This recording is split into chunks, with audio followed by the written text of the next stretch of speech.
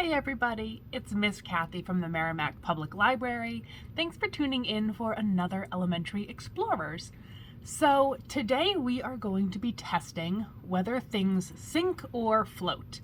It's finally starting to be warm enough for us to be outside splashing around in some water, so I thought a great water activity where we can practice the scientific method is to make a sink or float bin. So I am just going to be using a cup because it's clear and I want you to be able to see with me whether things sink or float.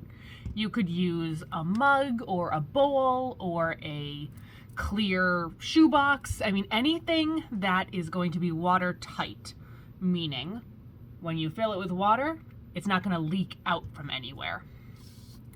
And then to make it a little bit more official, I have a piece of scrap paper that I have split into two columns by folding it in half. And I've written on one side all of the things that I'm going to be testing. And then on the other column, I've written whether I think they're going to float or sink. So let's start. I have this little piece of felt. I have a button, a penny, half of a Q-tip, a crayon, and a Lego. You can use whatever you have at home and get creative with it. So you could grab things from your yard, from outside, you could go for a walk and collect materials, and you can test as many things as you want. And one at a time, we're going to drop them in and see if they sink or float. Okay, my button sank straight to the bottom. It didn't even hesitate. Let's see if I can get that out. Okay, I can't get it out without getting the counter wet, but that's okay. Okay, maybe I'll do all the things the things that I think will sink. I think the penny, yep, that sank even faster than the button.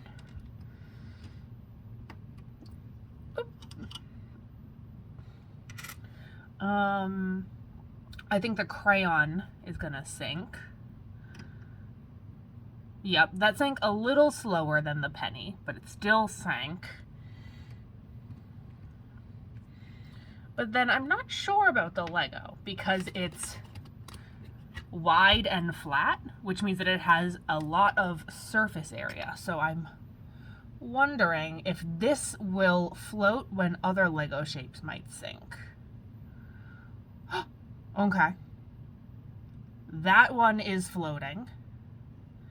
But now I'm kind of curious whether a different shape of Lego, and we have our spare Legos right here. Let's try a Lego brick and see if the shape is what makes a difference.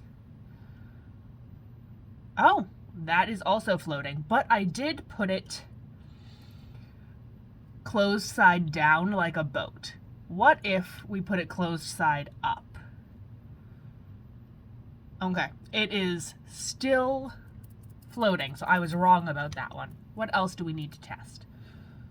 Our little Q-tip. Okay, which is floating for now. I wonder, because it's just cardboard, if as the cardboard gets waterlogged, as it absorbs the water around it, I wonder if that will start to sink over time. And the same thing with the felt. Oh, that got waterlogged really quickly. So the felt sank quite quickly. The Q-tip is now floating just under the surface of the water. So it's not on top of the water, but it doesn't seem to be sinking. What if I poke it? Oh, okay. Now it's floating up and down. It's floating like that. And it's still floating below the surface of the water. Let's adjust the camera up so you can see what it's doing. So that is super interesting. Okay, so I did not get the results I expected. I can't wait to hear what you decide to test out and what your results are. And we will see you next month for another Elementary Explorers. Bye!